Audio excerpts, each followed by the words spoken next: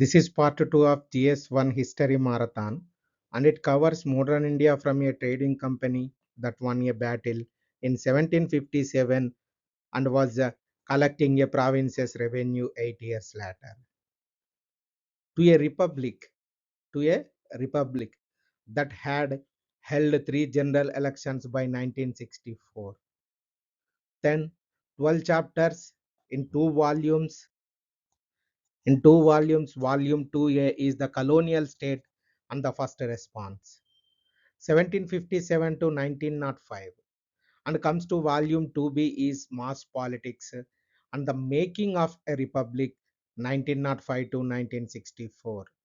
So we are start with why this part is different from the others, because it changes how you should watch it. Modern India is the largest theme in the paper, and it is one of the it is the candidates one, and it is the one candidates already think they know. Everyone has read it, most have read it more than once. That is exactly the problem this part exists to solve. The examiner is not testing whether you know the story or not. You are handed a claim about it and asked whether it holds or not. So every chapter here works backwards from the questions that have actually been asked. So what is the claim? What is the evidence? What does this evidence prove, and where does it stop proving? And how it is built and what it is not? So in this three things repeat. In this three things repeat, and is worth and it is worth knowing them before the first chapter starts. The first thing is every chapter is organized around a paradox, not a summary. Attention the chapter then works out. A company that conquered India with Indian soldiers paid from Indian revenue, movements that were defeated on the ground and won in the statute book, a man who called off his own campaigns at their peak and preserved them by doing it. If you remember nothing else from chapter, remember its paradox. It is the sentence that turns an answer into an argument. So first one is paradox. The second one is the past questions that are PYQs, are read out word for word. When you hear one, write it down. The exact wording is the instructions, and the marks are usually in the verb rather than the topic. The third one is at 4 points. In this part, the historians genuinely disagree, and those 4 chapters stop and lay the disagreement out properly rather than picking a side for you. So all 4 fall in the first volume. Now the now what this part is not, it is not a chronology. Assume you have one. A chronology answers nothing because no questions in the corpus asks what happened next, and it is not evenly weighted deliberately. Some chapters carry 4 anchored questions, one carries none at all. Swadeshi extremism and revolutionary nationalism, which is the largest untested block in the largest theme in this paper. It is built here at full length anyway, and that chapter's first minute explains why. So there are two other understand under untested blocks of that kind, and both are named where they fall. A silence that size does not last forever. One last thing before we start, you will hear you will hear me refuse to settle things. That is not fence sitting. It is the difference between an answer that scores and an answer a well read examiner can take apart in one line. In a paper that hands you assertion to evaluate, knowing where the evidence stops the whole game. So what is the closer? And hold that first line, that is 12 chapters, 2 volumes, one argument underneath all of it. Almost nobody in this period got what they were trying to get, and the distance between what people intended and what they actually produced is where the history is and where the marks are. So what is the volume 2A? The 6 chapters. The first chapter is company becomes a state. What it argues, a territory was made to pay for its own conquest. Then comes to second one, 1857. The most conservative rebellion built the most modern colonial state. And the third one, the colonial economy, not underdeveloped by neglect, developed by a direction. This is most important chapter in this particular volume, And then fourth one is 1815 to 1925. The law moved and the practice did not. And the fifth one, that is tribal peasant labor, tribal and peasant and labor movements defeated on what it argues defeated on the ground one in the statute book. And then comes to the final one, the moderates 1885 to 1905. They failed at every demand and built vocabulary. So four plural notes where it historians genuinely disagree all fall in this volume. 1857, the colonial economy, tribal or peasant, the moderates, and the three column device introduced, used, and retire inside A. So what are the PYQs? First chapter, it consists of four questions. Second chapter, two, and the colonial economy, three, and reforms, two questions, and tribal peasantry, one. The moderate 1885 to 1905 as one question. So how every chapter in this part is built, I already told you. Governing paradox, the questions verbatim, that is PYQ, and what are they, where they disagree. These are all I discussed earlier in the class. So almost nobody in this period got what they were trying to get, and the distance between what people intended and what they actually produced is where the history is and where the marks are. Then we are moving to the first chapter, that is company becomes a state. What is the company? The East India Company. So what it comes to, what it converts to the state, this is going to discuss in this particular chapter. Here is question that almost no answer script ever addresses. What is that question? And it is the most interesting question in this chapter. How does a trading company conquer a subcontinent? How does a trading company conquer a subcontinent? Not why was India weak? That is the standard answer, and it is mostly excuse making. The Marathas were not weak. Mysore was not weak. The sixth state was not weak. It took two wars and the company nearly lost the first. So the answer is that after a certain date, the company was not paying for its conquests, but India was paying that. So the shape of this chapter is a machine being built. First, the revenue engine, the settlements that fed it, and the instruments that extended it, and then the men who ran it, then parliament taking the controls. Then the first people to notice, India was conquered with Indian soldiers paid for out of Indian revenue by a company that was losing money on trade. The conquest was physical before it was military. Fiscal. What is the governing paradox here? India was conquered with Indian soldiers paid for out of Indian revenue by a company that was losing money on trade. The conquest was fiscal before it was military. What are the PYQs? The company's armies, the fragment polity, the colonial administrators, and the local rebellions before 1857. What is the engine? What is the Plasi to the Diwani? So, what is the PYQ here? The question on the company's armies. So, 1757, Plassey, not much of a battle. Its significance is political. Battle of Plassey. It established that the company could choose the Nawab of Bengal, and Mir Jafar paid for the privilege. 1764, Buxar.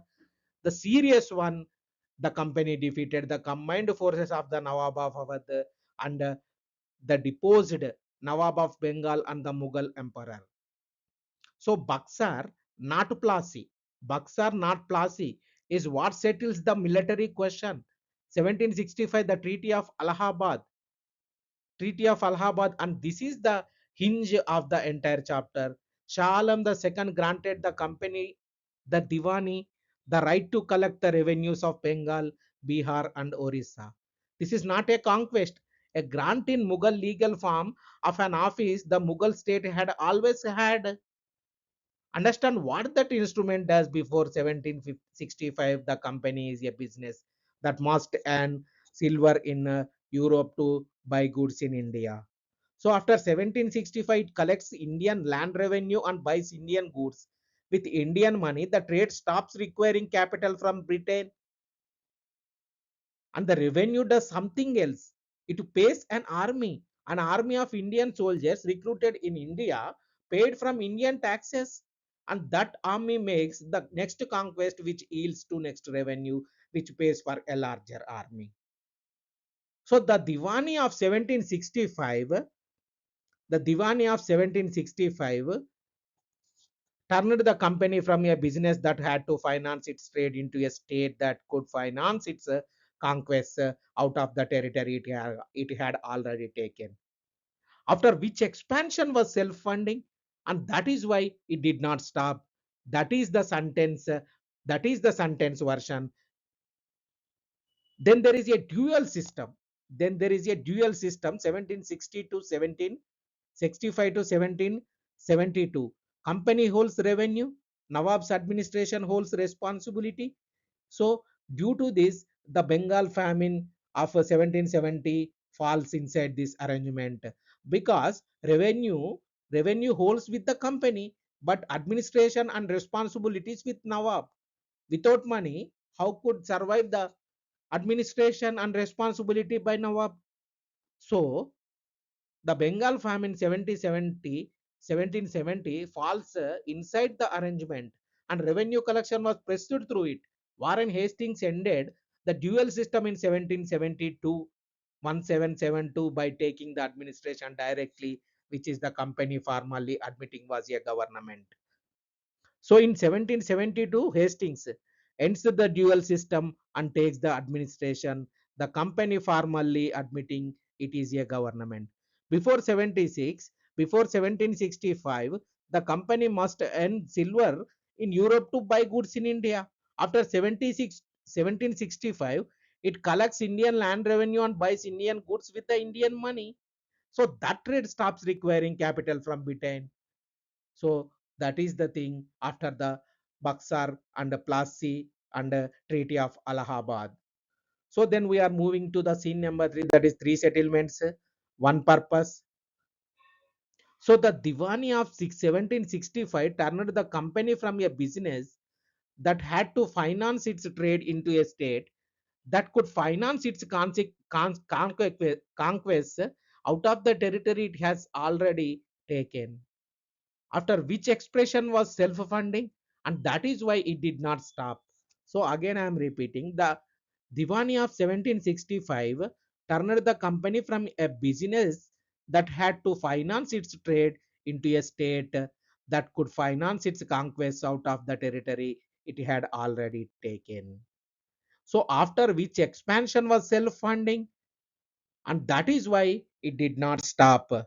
So what are the three settlements and one purpose? Three revenue systems argued about endlessly, and students learn the differences and miss this identity. All three were designed to the same thing. What is that? Make land revenue predictable, collectible in cash, and legally enforceable. The differences are about who the state made its contract with. So the permanent settlement. The permanent settlement in 1793, Karen Wallis, author is Karen Wallis. What is the contract here? The Jamindar. Where is the location? Bihar, Bengal, Orissa. The revision is never in this permanent settlement. So the contract is with the Jamindar.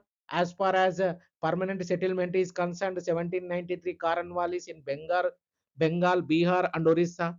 The demand is fixed perpetuity. Then comes to Rayatwari, Arthur Monroe, Thomas Monroe, and the individual cultivator contract with direct company state is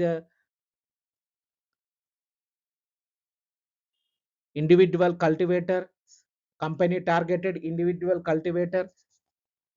This is Madras and Bombay belongs to this type of settlement, and then is this revision is periodic.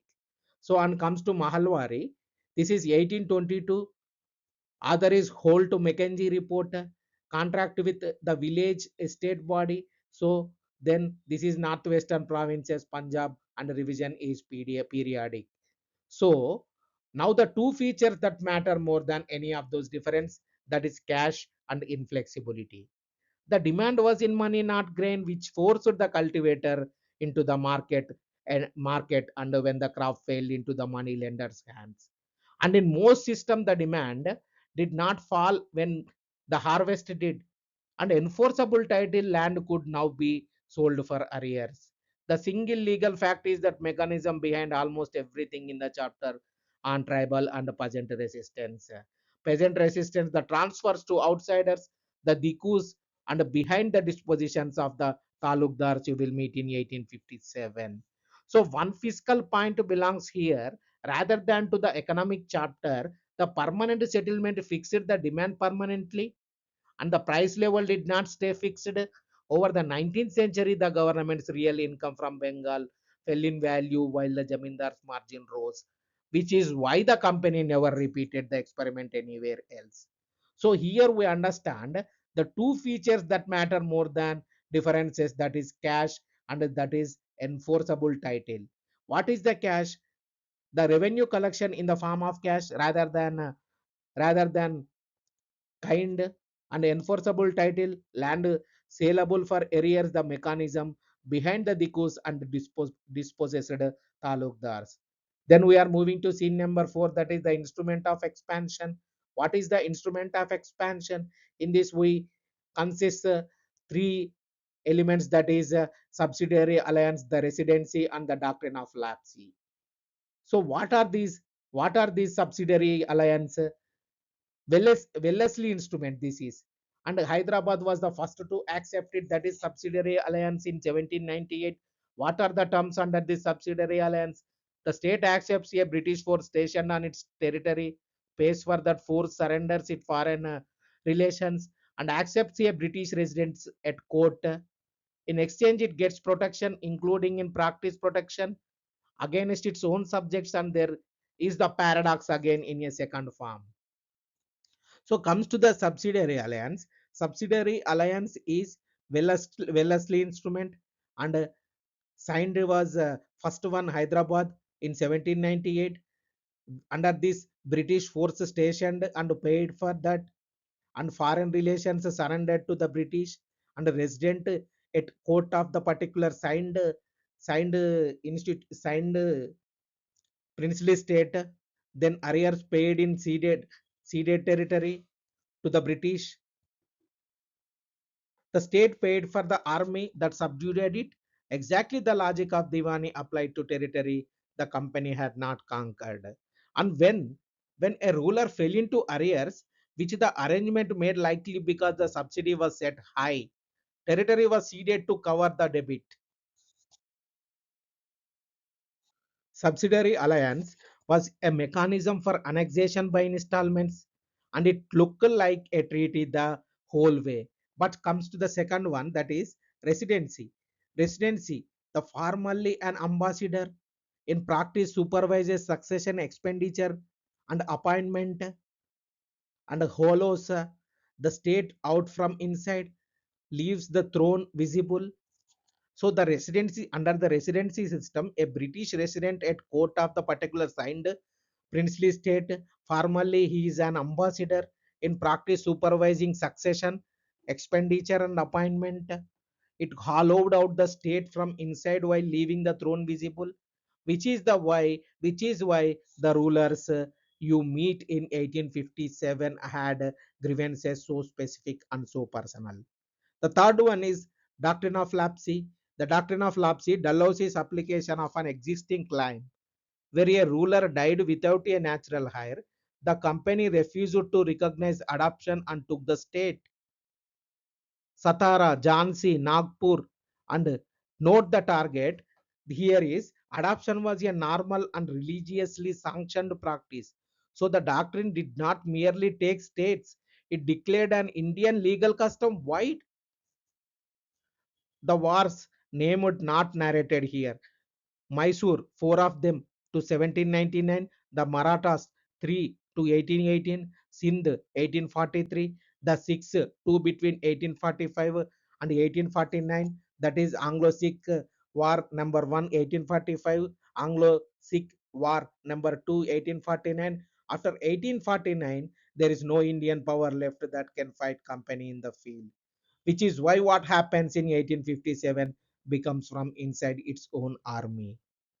So, Doctrine of Lapse is what authored by Dalhousie. Dalhousie's application: no natural heir, adoption refused, state taken by British, then states under Doctrine of Lapse, Satara, Jhansi, and Nagpur, and then declares an Indian legal custom void.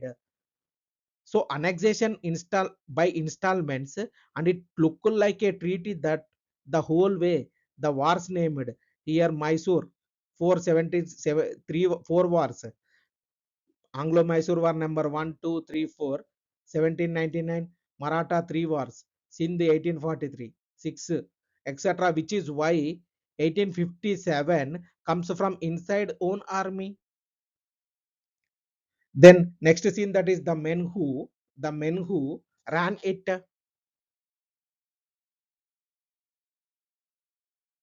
The question on the colonial administrator. So you will be asked, this is the PYQ, that is the question asked on the colonial administrators. You will be asked about these men, and the temptation is to memorize a list of who did what. Do not answer that way. Each of these administrators is best understood as a solution to the problem the previous one left behind, and an answer that shows the sequence beats an answer that shows a list. That is first one, Governor General Warren Hastings. The men who ran it, each a solution to the last one's problem. The first one is Warren Hastings 1772 to 1785. What he settled: he ends the dual system, and he builds revenue apparatus and first courts.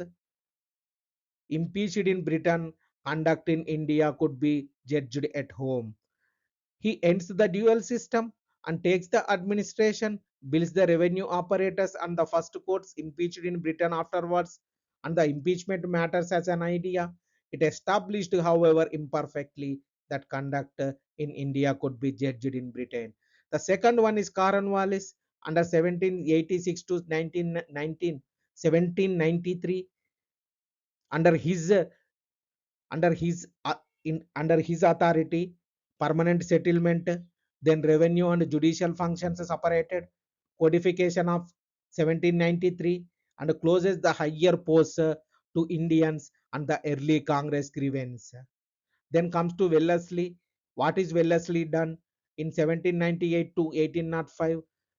Subsidiary alliance, that is the important thing. The company goes from one power among several to the paramount power. paramount to power. So comes to Cornwallis, the permanent settlement, the separation of revenue and judicial functions, the Code of 1793, and the Europeanization of the services, the closing of the higher post to Indians, which is the specific grievance. The early Congress will spend 20 years arguing against. Cornwallis is where the colonial civil services becomes racially closed. Then comes to Wellesley 1798 to 1805, subsidiary alliance, and the transformation of the company from one power among several into the paramount power due to the subsidiary alliance. Then William Bentinck 1828 to 1835, the reforming Governor General, the Sati regulation of 1819, the suppression of Thagi, McCall 1835, with English as the medium of higher education. The chapter on reform takes up what that produced, and under the Charter Act of 1833, he became the first Governor General of India, Lord William Bentinck. The next one is Dalhousie 1848 to 1856, the most consequential and the shortest remembered as anything but an annexer, through Doctrine of Lapse and Awadh, both of which belong to 1857, and we take them there, and the infrastructure, the first passenger railway in 1853, the telegraph, the public works department, a reformed postal system, and Wood's dispatch of 1854. These are settled by Mr. Dalhousie, Lord Dalhousie, and Dalhousie is where two halves of colonial rule become impossible to separate. The same 8 years produced the annexation that caused 1857 and the telegraph that defeated it. He is not a modernizing Governor General who also annexed. or an annexer who also modernized. The modernization was the annexation, railways, telegraph, and roads are what makes territory governable from Calcutta. So these are all the governor generals from Warren Hastings, Cornwallis, Wellesley, Bentinck, and Lord Dalhousie. Then we are moving to the next scene, that is Parliament takes the controls. So the sequence we are going to read the sequence. This next sequence has one movement because the Regulating Act of 1773, Pitt's India Act of 1784, Charters Act of 1813, Chartered Act of 1833, and Chartered Act of 1853. The first one is Parliament's first admission, and Regulating Act in 1773, with under that a Governor General of Bengal and a Supreme Court at Calcutta, Parliament's first admission that a company governing millions in Parliament's business. These are all under the Regulating Act of 1773. Comes under Pitt's India Act. Under this under this Pitt's India Act, 1784, a board of control in London over the company's political affairs. Board of control in London over political affairs, and commerce left with the company. Only commerce left with the company. Policy taken by the state. Then comes to Charter Act in 1830. The trade monopoly ended except for tea and the China trade. Missionaries admitted, and a sum set aside for education under the 1813 Charter Act. Then moving to Charter Act 1833, the company's commercial functions end entirely. A Governor General of India, a law member Macaulay, and codification of laws under 1833 Charter Act. Then comes to 1853 Charter Act, open competition for the civil services, which is the origin of the examination, whose age limit produces the first all India agitation. Once the early Congress gets going, so follow the sequence, and something disappears by 1833. The East India Company is not a trading company. It has no trade. It has an administrative agency governing a population many times Britain's, with shareholders receiving a guarantee dividend charged to Indian revenues, which means the Act of 1858, which is where we go next, did not transform the government of India. It removed a shell that had been empty for 25 years. What is why? That is why the transfer to the crown changed the constitutional form and left the missionary running. So these are all the Parliament takes the control from a trading company, East India Company, through Regulating Act 1773, then 1784 Pitts Act, then 1813 Charter Act, then 1833 Charter Act, then 1853 Charter Act. The East India Company turned into trade company to administrative agency. Then the next scene is the first people to notice. The first people to notice the scene number 7, that is the question on the question on local rebellions. Resistance did not begin in 1857 and did not begin with the nationalists. So resistance, it began wherever the machine we have just built made contact, and it began early from Vellore 1806, that is Madras Army Mutiny. Then dress, what this happened, dress regulations touching turbans, beards, caste remarks, and then it was suppressed in a day only. Then rehearsal for 1857 is a miniature from Vellore 1806. Then comes to Paika 1817 in Odisha under Jagabandhu Bakshi of Kurda. uh, why it happened, a landed military service class, land held for military obligation. Then settlements dissolved the tenure, and more than a military revolt, it less than a national war. So the change happened from started. This is lead to 1857 rebellion, and that is the first war of independence. So what is the resistance happened? Resistance did not begin in 1857, and it did not begin with nationalists only. It began wherever the machine we have just to build to made contact, and it began early in Vellore 1806. In Vellore 1806, a mutiny in Madras army over new dress regulations touching turbans, beards, and caste marks suppressed in a day. And it is rehearsal for 1857, a miniature. A Sipai grievance read as an attack on religion in an army where Europeans were heavily outnumbered. Comes to the Paika 1870. Paikas were not peasants. Paika 1817 Odisha under Jagabandhu, the Bakshi, the military commander of Kurda. The Paikas were not peasants and not ordinary soldiers. They were a landed military service class, holding land in return for military obligation to the ruler of Kurda. The company's revenue settlement and administrative reorganization dissolved the basis of the tenure. The service was no longer required, and the land was no longer theirs on the old terms. It was more than a military revolt and less than a national war of independence. And it is worth teaching precisely because it forces that distinction. That is why we are discussing only precisely the same distinction we will have to make about 1857 at 100 times at the scale. So what it shows is the characteristic casualty of early colonial expansion. So, not the peasant at the bottom, but the service elite in the middle, the class whose function the new state did not need. That class recurs everywhere in this period, and it is class that supplies leadership at Jagdishpur 40 years later. The tribal risings of the same decades, Chaur, Kol, and the arc through the Santals belong to the chapter on tribal and peasant resistance. So we have to name them as the parallel system stream, and we have to move on. So this is the parallel system, and then the characteristical casualty we discussed, and then we are moving to what 1857 inherited. This is going to chapter number 2, that is 1857, the one event where what you call it is the answer, not a preliminary to it. So, on the governing paradox, as far as this is concerned, the revolt was fought to restore an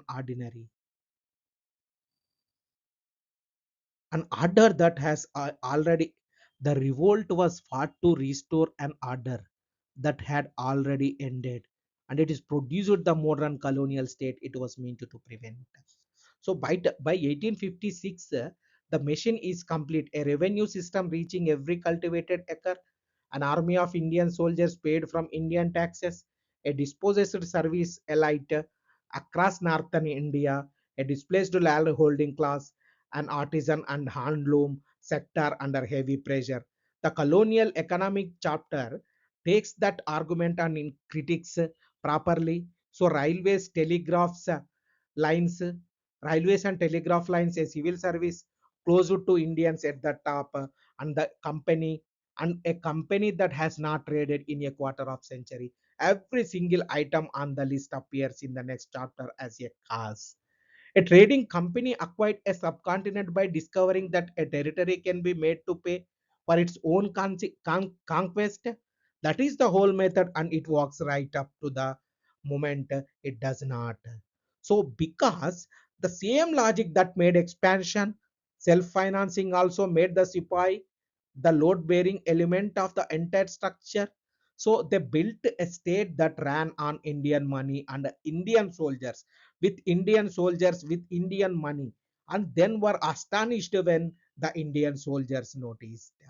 Almost every administrative structure India inherits begin this chapter: the district, the collector, the codified of law, the separation of revenue and judicial functions, the examined civil service, the argument about the permanent settlements consequences ran through every land reform debate after 1947, and we will pick it up there. And the company itself is now a standing case study in what happens when a commercial entity acquires a sovereign power. So it came to buy pepper. What is that? East India Company and stayed to collect taxes, and the taxes bought the army that bought the empire. So what are the most probable questions from the first chapter, that is 2026 for? So you have to four to prepare from this chapter. The first one is a named administrator or a comparison of two. That is the likeliest to form on the sequence, each one solving the problem that last one left behind is the answer. The Dalhousie reading that the modernization was the annexation is what separates a good answer from an average one. The second one is the revenue settlements and their consequences. Write the identity before you write the differences. So third one, how the company became a state under asked, and this chapter answers is completely. Then fourth one is early resistance before 1857. Paika, Vellore and the tribal risings. The service elite framing is what makes that answer analytical rather than a list. That was chapter 1. The company became a state. Next 1857. So what is the 1857? The scene number 1 here is the naming problem. So let me start with something that is true of this event and of almost no other. So this is one event in Indian history where what you call it is the answer, not a preliminary to the answer, not scene setting, the answer itself. Here are four names for the same 18 months. Listen to what each one is claiming. That is the first one, the Sipai Mutiny. The official British name, a military disciplinary breakdown that spread. And notice what that name does. A mutiny is a crime committed by soldiers. It is not a political act committed by a people. The first war of independence. The first war of independence. So, what the name is claiming, a founding war, and the naming was itself a political act done to supply a national movement with one. This named by Savarkar in 1909. Then comes to feudal reaction. This is by Marxist. What is that what the happened? Why claiming this type? Dispossesses rulers, landlords recovering that what annexation took with popular participation attached afterwards.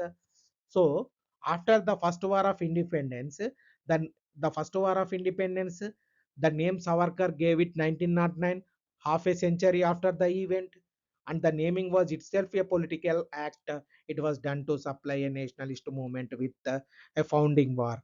That comes to the feudal reaction. The reading that says that leadership was made up of dispossessed rulers and landlords trying to recover what annexation had taken from them with popular participation attached to it afterwards.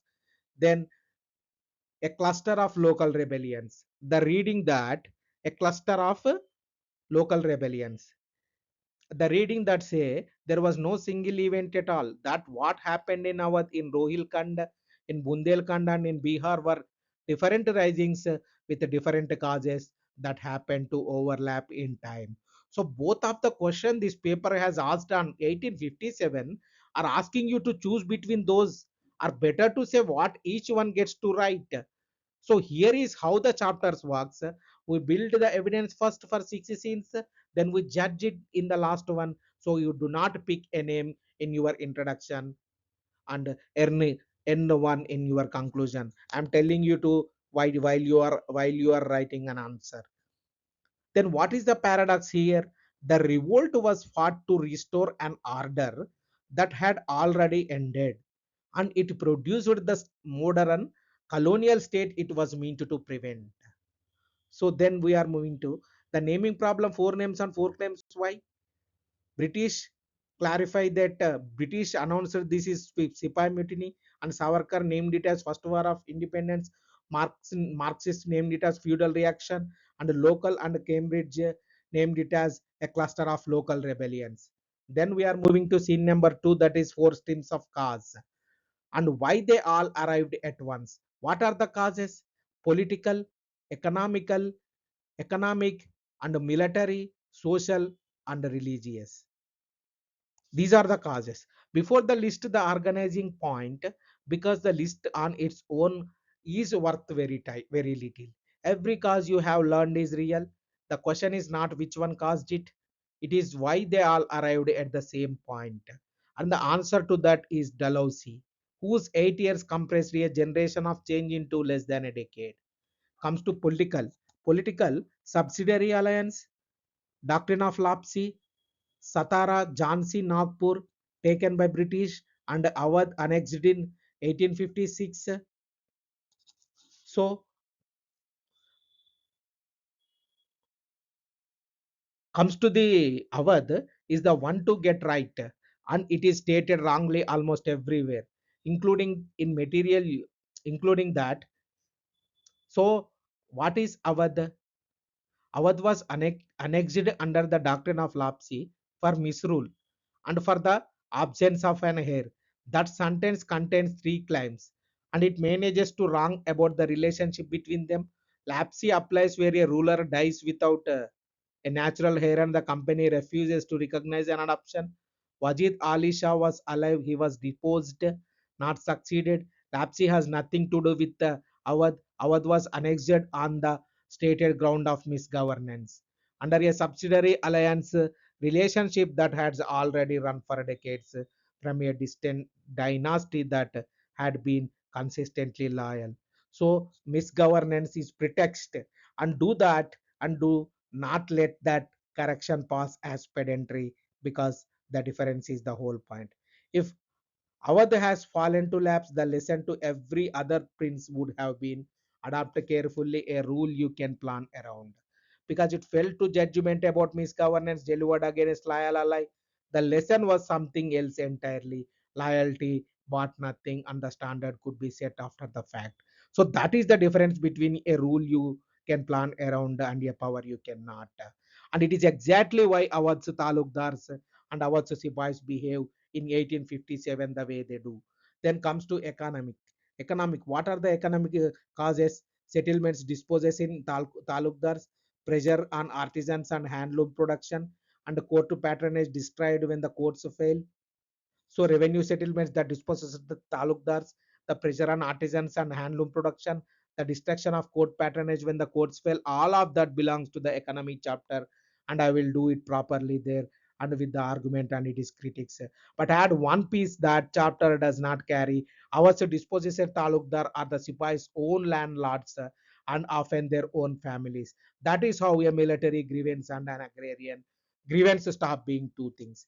Then comes to military purpose, a service conditions and pay, loss of batta allowance and no promotion above certain rank, general service enlistment act 1856. So service conditions and pay, the loss of the batta allowance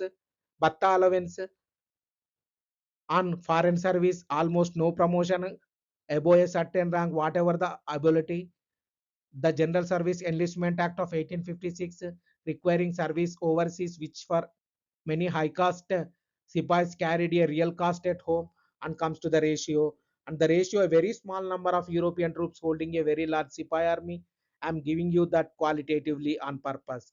The figures vary between sources and I'm not putting one on a slide until I can source it. So comes to social religious causes, missionary activities under official protection, the abolition of sati in 1829 and the legalization of widow remarriage in 1856 reforms. This course comes back to the latter, seen here from other side, and the Caste Disabilities Removal Act of 1850.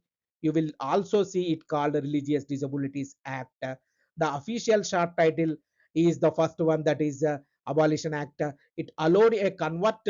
It allowed a convert to retain his inheritance rights, and it was read not unreasonably.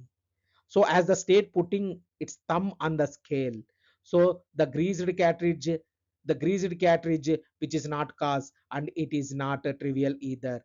A rumor that the cartridge required biting was credible because everything else in the scene had already happened. A population that trusts its government does not believe that rumor.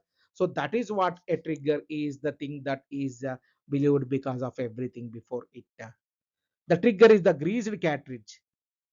The greased cartridge is not the cause and not trivial. The rumor was credible because everything else here already happened. A population that trust government does not believe it. So then moving to the scene number 3, that is outbreak and spread.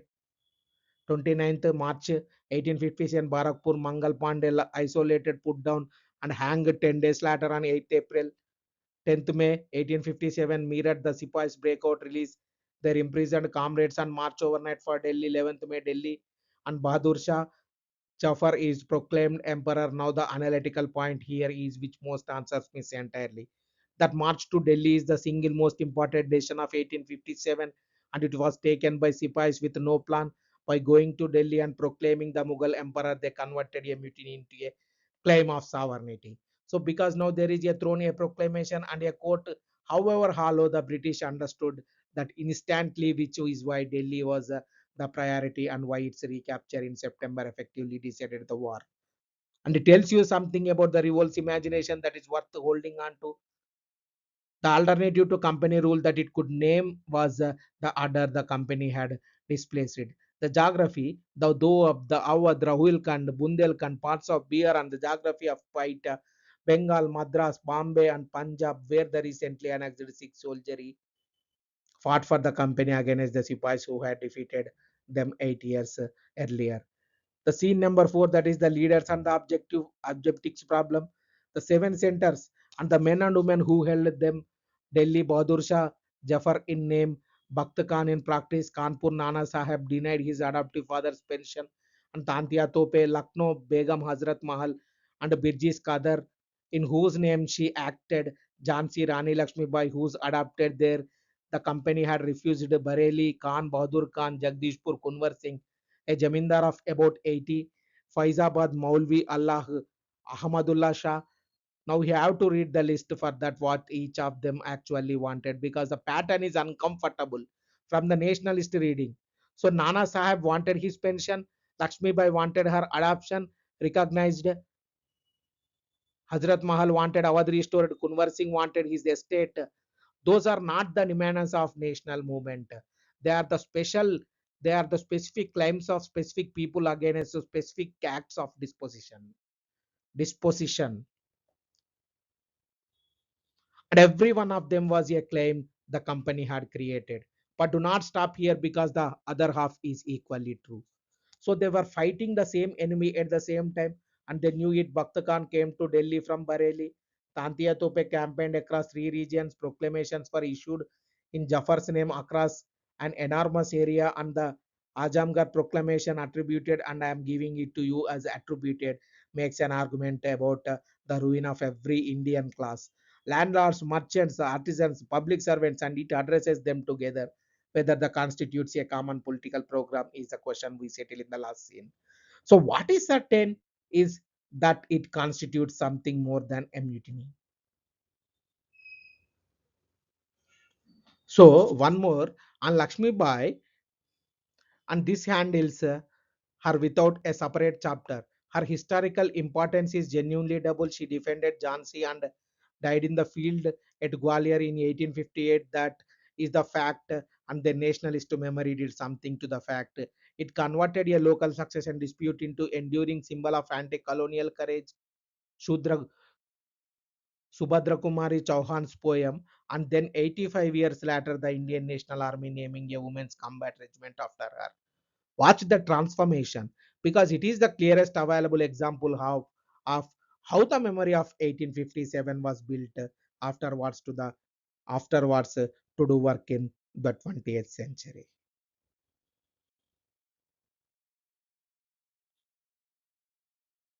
So why it failed? So why it failed? We discussed outbreak, Meerut. What is the point? The march was taken Sibais with no plan. Then 7 centers we discussed already: Delhi, Kanpur, Lucknow, Jhansi, Bareilly, Jagdishpur, Faizabad. Then why it failed? Reasons: no unified command, geography, the the princess, the technology, the educated middle class. The first one is no unified command and no common program. Jafar was a figurehead who did not want the role. There was no strategy above the level of the individual center. The second one is geography. It was Bengal army that rose. Bombay and Madras stayed largely loyal. Only Bengal here army that rose. Bombay, Madras stayed largely loyal, and Bengal proper quite. The south out. Punjab on the other side. Punjab on the other side. So comes to the three princes. Third one is Princess Sindhia Holkar, the Nizam, the Sikh rulers. Most of Rajputana loyal or neutral. Canning's attributed remark: breakwaters in a storm. So Sindhia Holkar, the Nizam, the Sikh rulers, most of Rajputana, either loyal or neutral, and the remark attributed to Canning that they acted as a breakwaters in storm is the assessment that matters because it came from the government's own side. The fourth one is technology, telegraph, railway, steamer. So the infrastructure built to move goods out, moved soldiers in. So this in this way technology helped for them. British and the educated middle class, the colonial education system had produced since the 1830s. The class that found the Congress in 1885 stayed out. Those are stayed out from this particular rebellion or first war of independence, and in places supported the company. The educated middle class stayed out. The colonial company, the colonial education system had been producing since the 1830s. The class that would found the Congress in 1890, 1885 did not join in, and in places actively supported the company. They were. The last point is the one to sit with, that is the people with a modern political vocabulary were on the other side.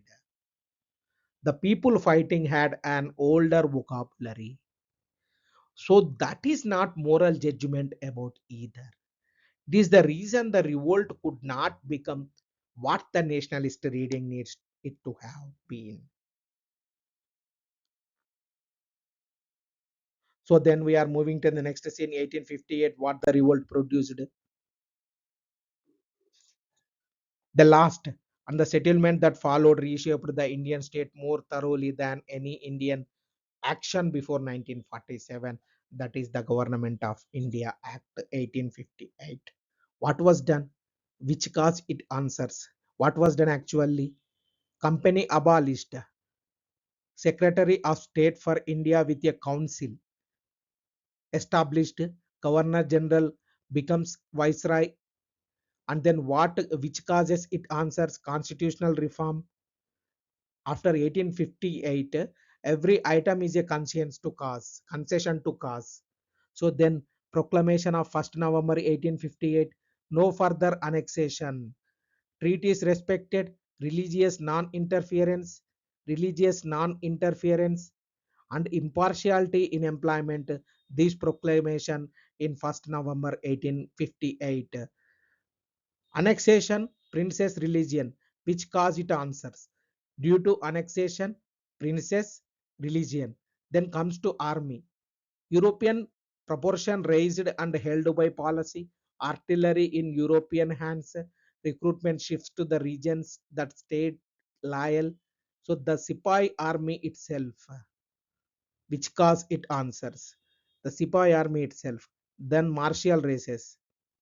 So the intellectual rest put on the decision afterwards. A recruitment policy derived from who had rebelled, not an observation about Indians. And the division, the proclamation had appeared, the proclamation, Queen's proclamation had appealed across communities, the government that drew the obvious conclusion, the coalition. So the Queen proclamation, the 1st November 1858, no further territorial annexation, existing treaties with the princess to be respected, religious non-interference, and a promise of impartiality in public employment. So these are all happened and not a concession. The cost of suppressing the revolt was charged to Indian revenues only. So the taxpayer paid the army that defeated him.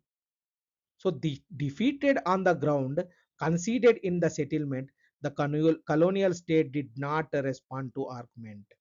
It responded to the demonstrated cost of disorder, and 1857 was the most expansive demonstration it ever received. So what is the lang shadow, three readings and the resolution? The settlement's real content is not the proclamation, it is the reorganization that followed it. The army, the proportion of european the proportion of European Indian troops raised sharply. Thereafter, maintained the policy, artillery kept. These are all the things. Proclamation of 1857. Then, what are the three readings? So, the question on the character of the revolt, the chapter's other anchored question. So, two questions and one answer that covers both. Three readings, one sentence each, then a resolution that says which what each one gets right. This is a device we are going to use again, so learn it shape here. And I am setting aside the official mutiny reading before we start. Everyone knows it. The evidence in the last 6 scenes disposes of it and spending time on it, spending time on a straw man. So this is nationalist reading, nationalist reading, and Marxist reading, and local Cambridge reading. So, in one sentence, nationalistic reading, a pan regional armed challenge to foreign rule with a proclaimed sovereign common enemy across community participation. Strongest in this the march on Delhi. Then comes to Marxist, a feudal reaction with mass participation, leadership drawn from the classes, annexation had dispossessed, serving grievances it could not articulate it. The strongest on the leadership, then what local and Cambridge said. No one event, an Awadh Talukdari rising, Sipai mutiny, a Bundelkhand succession dispute, agrarian risings in Doyab, narrated one afterwards. These are the objectives based on that. So each reading is strongest where the others are weakest. The nationalist reading alone explained the choice to march on Delhi and proclaim an emperor, because that was a claim about who should rule India, not about who should hold Jhansi. So this is because we are going to do with nationalist response, because we have to write an answer under the nationalist response, nationalist reading only. So 1857 is not settled, and it is not going to be. The name is contested, the anniversary is contested, the memory is put to work by everybody, which is worth saying you to you plainly. The reason is the event is argued about is not that the evidence is thin. It is that the evidence genuinely supports more than one reading, and that readings imply different things about what India was in 1857. A nation with a war, a society with a crisis, or a region with a grievance. They marched on Delhi to bring back an emperor, and what they built instead was an empire that lasted 90 years. What are the most probable questions 2026? The character of the revolt, the perennial, in whatever wording it arrives, the three readings resolution you just heard is the answer, and it fits 250 words. The second one is why it failed, the five reasons, and the middle class point is the differentiator. Three, the third one is consequences. The 1858 settlement and are asked relative to causes, and the settlement and the reorganization that followed it are written to be lifted whole.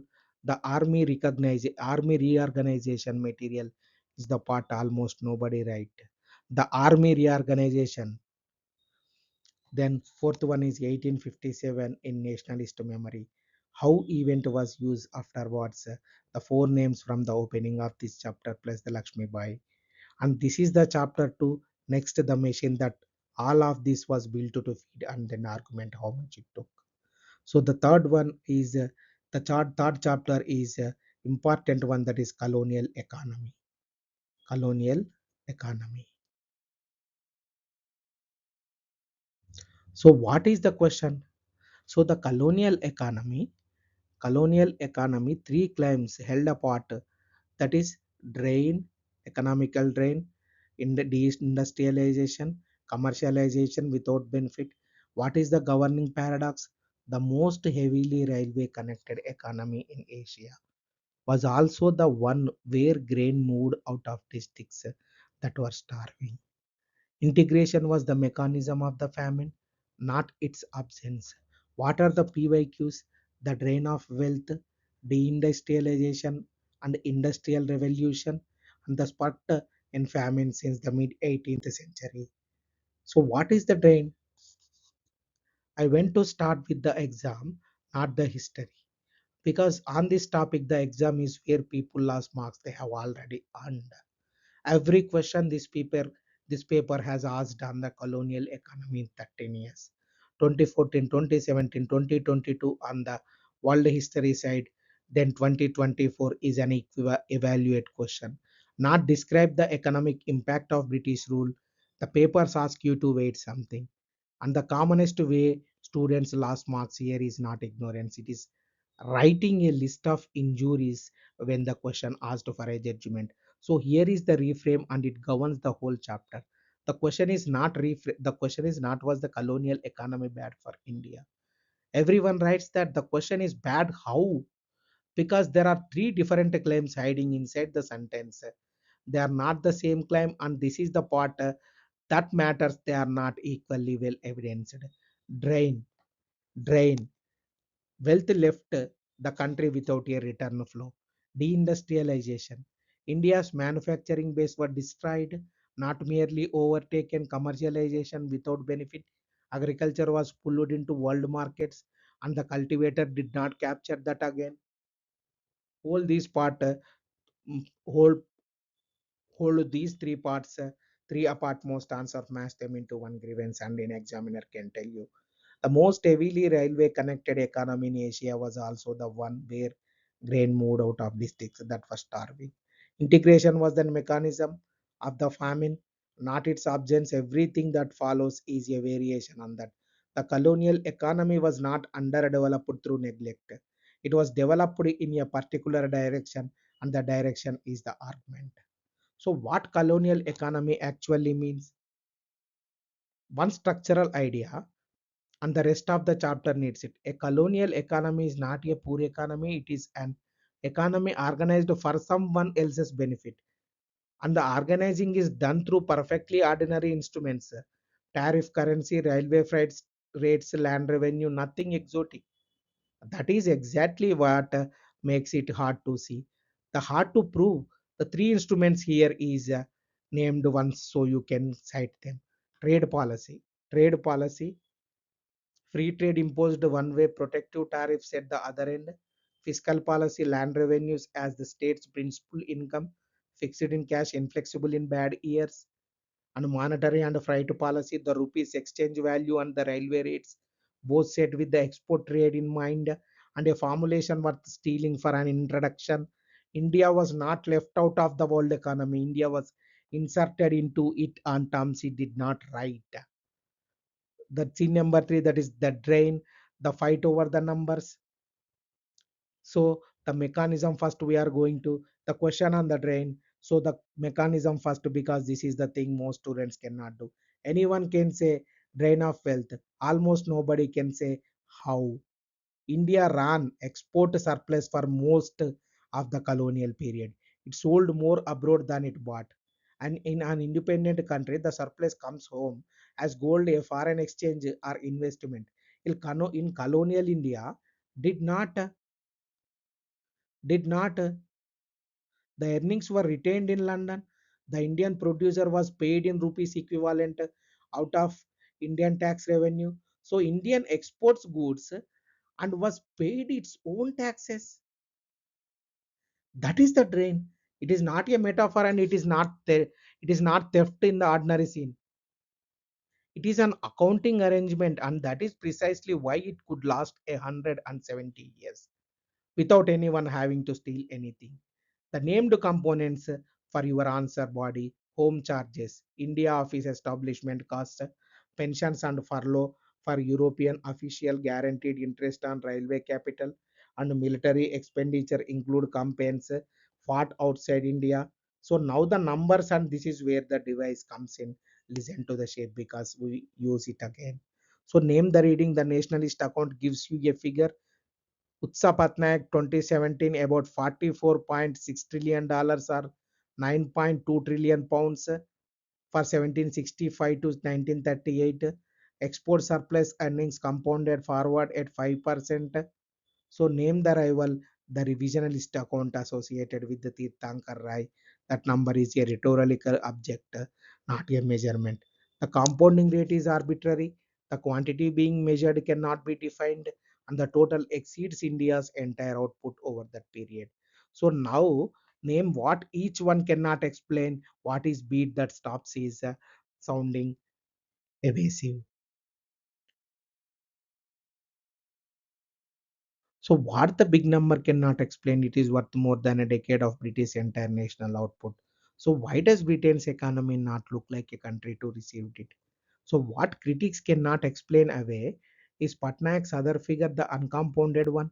The drain ran at 26 to 36% of central government budget, and that is not a counterfactual, it is a line in the accounts. It requires no compounding and no assumption, it just sits there. The scale of the drain is contested. Patnaik's compounded estimate has been criticized as untestable, but the uncontested facts is that between a quarter and a third. Uncontested fact is that between a quarter and a third of the central budget was an outward transfer with no return flow. And no independent state has ever run that way. Understand why that sentence scores. It concedes it attributes, and it lands on ground the examiner cannot knock over. That is what a 15 mark evaluate answer is for, and three more figures which are useful precisely because they are ratio rather than totals. Because a ratio cannot be inflated by compounding. The nationalist calculations reckoned that train at more than the entire land revenue, or half the total government's revenue, or about a third of total savings. Those are the same claim as the budget share figure made 70 years earlier, the men we meet at the end of this chapter. So here is the move, remember, when you compounded your total is attacked, retreat to a ratio. And one structural fact that belongs to in any drain answer under the Charter Act of 1793, the salaries of the home government in London were charged to Indian revenues, and the arrangement ran until 1919. India paid the wages for the men who governed it from 4,000 miles away for 126 years. So what is the scale of the conceded attribute land? The scale of drain is contested. Patnaik's compounded estimate has been criticized as untestable, but the uncontested fact is that between a quarter and a third of central budget, quarter, one third of central budget was an outward transfer with no return flow. So, no independent state has never run that way. So, deindustrialization and the honest limits of that claim. The core asymmetry. What is the core asymmetry?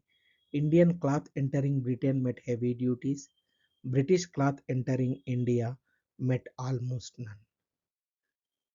So, from India to Britain, from India to Britain, cloth entering with heavy duties. But comes to British cloth entering to India, almost none of the taxes, none of the duties. So nationalist farm, that is R.C. Dutt said, the reading, what he reading, British policy destroyed Indian manufacturing. What is deindustrialization? In that nationalist nationalist philosophy that R.C. Dutt's reading, British policy destroyed Indian manufacturing. But what it cannot explain, why weaving survives across large parts of India into the 20th century at all. And comes to revisionist philosophy, that is right, the artisan sector shrunk as a share while surviving in absolute terms in many trades, and handlooms collapsed against powerloom in Europe too. Rai reading, that is the artisan sector shrunk as a share while surviving in absolute terms in many trades, and handlooms collapsed against powerloom in Europe too. What it cannot explain the asymmetry of the tariffs. That was a policy, deliberate and not applied to any competitor Britain, regarded as a peer. So it is not explained. And then compounding factors. What are the compounding factors? Loss of court patronage before Lancashire arrives, rail as a distribution system carrying British goods inland, ruralization, British goods coming to the rural India, and ruralization, destruction of industrialization as displaced artisans move on to land, raw material from India to British, and from manufactured products from British to India, and Indians has to buy. So the formulation deindustrialization is better stated. Deindustrialization is better stated as a structural claim that quantitative one. India lost its manufacturing share and decisively lost the transition also. Handicrafts decline is a worldwide 19th century fact. Handicraft decline without a factory sector to absorb its the colonial fact. So this is deindustrialization. Commercialization. Commercialization is what? As a trap, not a trend. From 1861 to 65, the American Civil War closes Lancashire's cotton supply. Indian cotton prices boom. Then what is the shift? Deccan cultivators move land out of food into cotton, borrowing to do it. So from this, from this, the shortage of food grains is happened. In 1866, American supply returns, the prices collapse, the debit does not. So 1875, the Deccan riots happened. Why? Note the target, not the state. The peasants burned the money lenders' bond paper specifically. So anti-Deccan, anti-money lenders riots. Then in 1879, Deccan Agriculture's Relief Act defeated on the ground one in the statute book. So the cultivator at subsistence has no buffer. Entering a world mark without buffer means the upside goes into intermediately who can hold stock, and the downside goes the man who cannot. So here shortage of food grains, and money lenders shocks, and American Civil War, and Lancashire's cotton supply. So then comes to famine. The counting problem is itself evidence. Every figure is a range you have to understand. Never collapse one to a single number. So famines, estimates and note. In 1876 and 78, Madras, Bombay, Mysore and Hyderabad. So estimates 5.6 to 9.6 million affected, and careful modern demographic work at about 8.2. So comes to 1896-97, Colonial estimates about 1 million, census back projection 4.5 to 5 million. So a five-fold gap, not a rounding error here. So British estimate as a 1 million. Then 1899 to 1900, 1.4 to 1 million to 4.5 million. Two great famines within 20 years of the course. Then comes to Bengal 1943. This is recent one. 0.8 million to 3.8 million. Most working estimates 2 to 3. So the state counted deaths at relief works. It could not count the village that quietly emptied. The move is the spread is not weakness in the evidence. The spread is evidence about what's doing that counting and what colonial state was able to see. So what was built and why it is not defense? Because do this honestly are the chapter propaganda. Railways, telegraph, ports, canals, a unified legal system, a currency, these are real.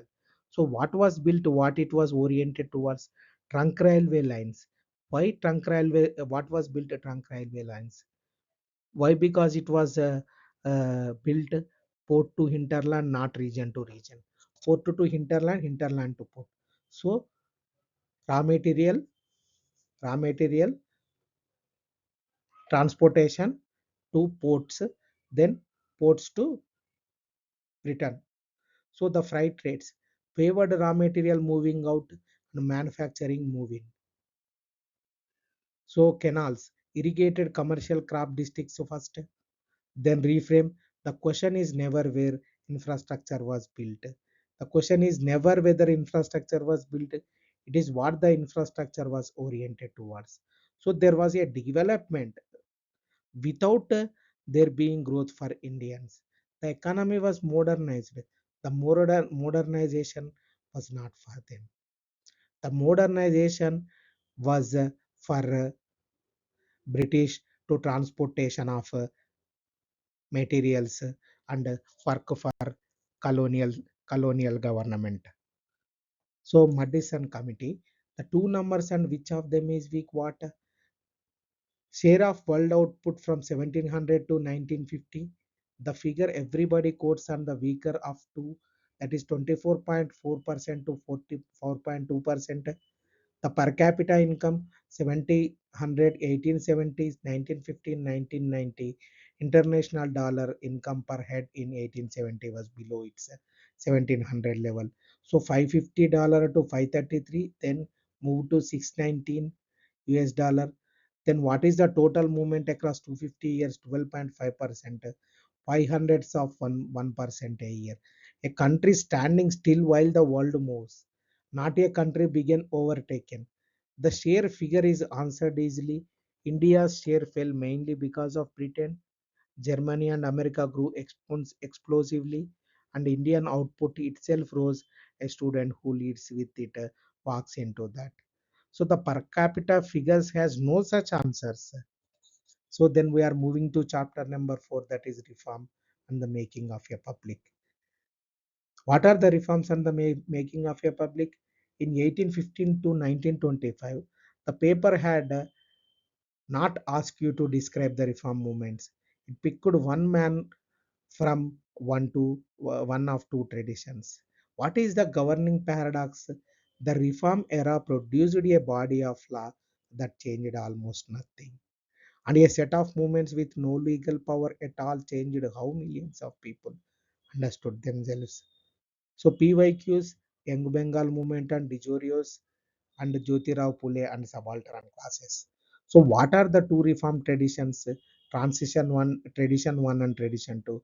Directed at tradition one practices sati, widowhood, child marriage and idolatry and ritual. Tradition two social power itself. Then from where inside to upper caste elite, then tradition to outside it, then who Raja Ram Mohan Rai, Vidyasagar, Ishwar Chandra Vidyasagar, Brahmo Samaj, Pradhana Samaj, Dayanand, Swami Vivekananda, tradition out Pule, Narayana Guru, Periyar, tradition 2, and eventually Ambedkar. The method is in the tradition 1, scriptural argument plus colonial legislation. In tradition 2, not appeal but construction of the state. It asks state to help. It doesn't ask for much because it does not expect it much. So this is the first tradition. Tradition phase number 1. This is tradition number 2, that is phase number 2. This is earlier one, this is later one. So everything in this chapter hangs on this distinction. Add on answer built, it can still say something. Examiner not read 40 times that morning. So because this is the first half of the 19th century, and this is the first half of the 20th, first half of the 19th century, and this is the first half of the 20th century. So the infrastructure, how public gets made. Reform did not create the Indian public. Reform did not create the Indian public. The press and English medium university did. So one reform was the first reading. First thing it is argued about the press, education, the proof. In the press comes to the press. Bengal Gazette in 1780, an Indian owned press by the 1820s. Ram Mohan Rai against the press restrictions of 1823 and rights, not petitions. The Vernacular Press Act 1875, 1878 by Lytton and repealed by Ripon, and 1882 the Missionary Returns in 1998.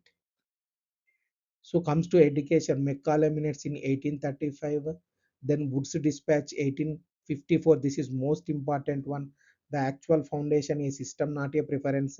The three universities in 1857, Calcutta, Bombay, Madras, the Hunter Commission in 1882.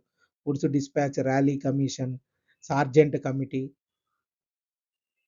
etc. etc. And the proof here is 1878 Act applied to vernacular papers and exempted to English press. Amrut Bazar Patrika converted to English overnight and escaped it. So same paper, same editors and some politics. So a statute you can escape by changing language was never about the sedition. It was about audience, and you cannot train a class to argue in the idiom of rights and then be surprised when it applies idiom to you. So what is the reform? Reform with reform from within and the radical edge it inside. Comes to Ram Mohan Rai. The record is Atmiya Sabha in 1815, then Brahmo Samaj in 1828, Sati regulation happened in 1829, Perspects of Jesus, and the method and what it left. Not a Westminster, not a traditionalist. Reason what? Scriptural reinterpretation of the colonial law together arguing from inside the tradition, the template for 60 years. The Derozio and Young Bengal Hindu College from 1826 dismissed 1831 at 22 Academic Association Pantheon, argued from reason alone, not the Shastras. No organization, no institution, no mass base. The movement did not outlive its founder. Comes to Vidyasagar, Ishwara Chandra Vidyasagar, Hindu Widows Remarriage Act 1856 under his under his leadership. Then pure Ram Mohan, he argued that the Shastras permitted it and outsighted his opponents. Age of Consent Act 1891, the age of raised from 10 to 12. So married age. Nationalist backlash against state interference with Tilak among the opponents. 1891 reform by legislation effectively stops for a generation. Ramon's method was a slower. It built something. The Derosians were braver, left almost nothing standing. The contrast is that papers and the chapters argument in miniature 30 years early. Then revival as reform, modernizing by means of revivalism. The answer is not both in a balanced way. The two are in not in tension in the way we use. The Arya Samaj 1875, Dayananda Saraswati, Sadyartha Prakasha, back to the Vedas, rejects idolatry, priestly mediation, latter ritual accretion, and the Dayananda's reading birth-based caste, all on the authority of the oldest text. The 1893 split, DAV, Lahore College, one split against Gurukul, one split. This is Kangri 1902. So the argument made visible. How much of modern do you take in? Then comes to Ramakrishna Mission 1897, Vivekananda Chicago 1893, not a new doctrine, a transfer of self-respect. Service to the poor as religious practice, Vedanta as universal, scriptural revival converted into national regeneration by Vivekananda, Swami Vivekananda. Aligarh MAO College, 1875, Syed Ahmad Khan. The same movement in different community. Modernized through your own tradition with the political consequences. This course picks up much later. So state the other sides plainly and without adjudicating. Shuddhi movement and the consolidation of defied religious identities by Arya Samaj had consequences for communal politics that this course deals with much better. So this is revival as reform. modernizing by means of revivalism. The anti-caste tradition building outside Phule, Mahatma Jyotirao Phule, Girls' School at Pune 1848 with Savitri Bai, schools for excluded castes, his own well opened. Gulamgiri he wrote in 1873, Satyashodak Samaj movement 1873, Shetkaracharya Asud in 1883. What is the claim here? Raja Ram Mohan Rai asked which practices are indefensible. Phule asked who benefits from the arrangements as a whole. Comes to Narayana Guru. Aravipuram 1888, he consecrated a temple he had no authority to consecrate. Challenged. His reported reply was that he had consecrated an Elava ship, Ejava Shiva or Elava Shiva. This is called as SNDPY program and in 19 SNDP Yogam in 1903. He did not petition for entry into the institution, but he built one. So Periyar, self-respect movement in 1925, Kudiyarasu, self-respect marriages with no priest and no ritual, Vaikom Satyagraha 1924 and 25, where he hence the name of Vaikom Veerar. Then what is the claim? Who has the standing confer respect and why has that been anyone's confer? Phule's four shifts from reform within upper caste society to a critique of upper caste authority, from appealing to consequences to naming an interest, from religious reform to political consciousness, from reform for excluded to organization by them. These are four Pule shifts, subaltern approaches. Then we are moving to the ladder, what a 250 word answer needs as its point. Comes to Ram Mohan. We have to write reform or religious and social practice, and he argued for scripture. And then comes to Vidyasagar, he legislative education reform argued from scripture, that is Sati Act, Sati Act here and Consent Act here. Pule structural critique of caste power and organization by the excluded schools, women's schools, Gulamgiri, Satyashodaka Samaj movement. Then comes to Ambedkar, constitutional and political annihilation of caste, the latter chapter. The first two argue inside the tradition's authority, that is Raja Ram Mohan Rai and Ishwara Chandra Vidyasagar. Then that is not yet. Pule steps outside. That is not a difference of degree, it is a change of location from the practice to the structure, from conscience to power, and the charity to rights. Then the women's question, subject to of reform of author of it. For most of this period, the public argument that got recorded, women were the thing being argued about between men in public. The Savitri Bai Pule teaching in the 1848 school after, not an assistant to Pule's project, a founder of it, caste and patriarchy, the same movement, not in sequence. So then Tarabai Shinde, Stri Purusha Tulana 1882, she built, and a direct comparison of the moral standards applied to men and to women, written by a woman without a male sponsor, and unmistakably angry.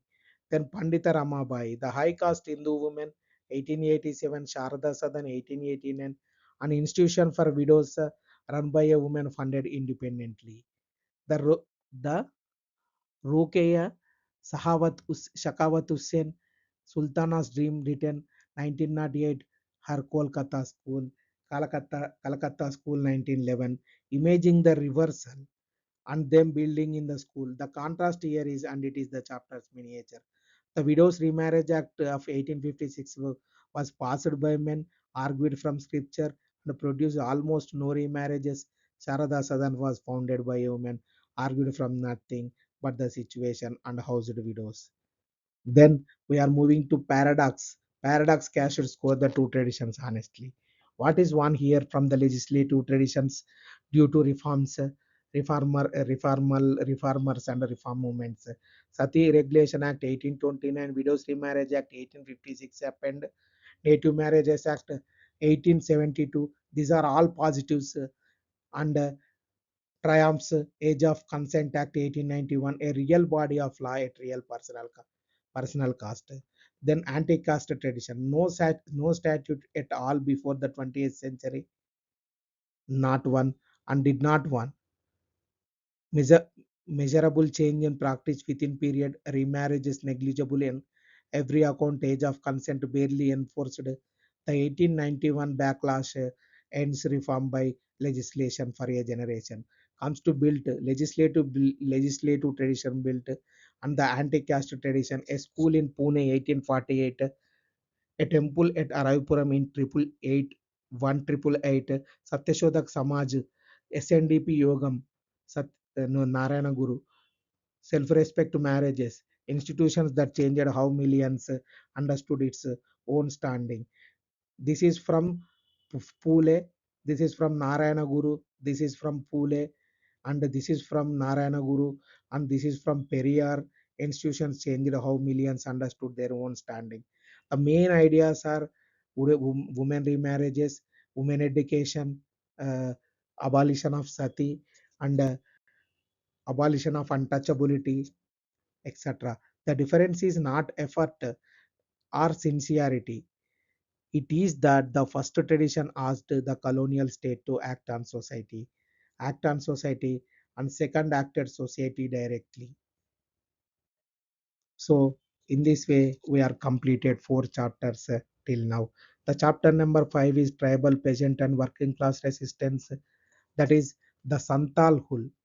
As far as tribal participations, tribal peasant movements, these are revolts, these are responses against the British policies, mostly economic policies of the British. 30 years before there is a Congress to feed into. The Wulgulan ends in 1900. What is the governing paradox here? These movements were defeated on the ground and won in the statute book. Almost every one of them produced a law, and the law was usually passed by governments that have just crushed them. What is the PYQs, tribal and present movements? What are the tribal movements? Two mechanisms, not one. The tribal movements are reasons for tribal movements. The first one is revenue, and the second one is forest laws, and third one is social laws and missionaries, etc. Almost every student explains these through land revenue.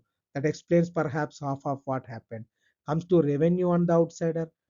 Revenue cash demand fixed inflexible in an economy not fully monetized. So to pay it, you borrow. For paying, the money lender is an outsider, the dikus, and within a generation, the land has changed hands.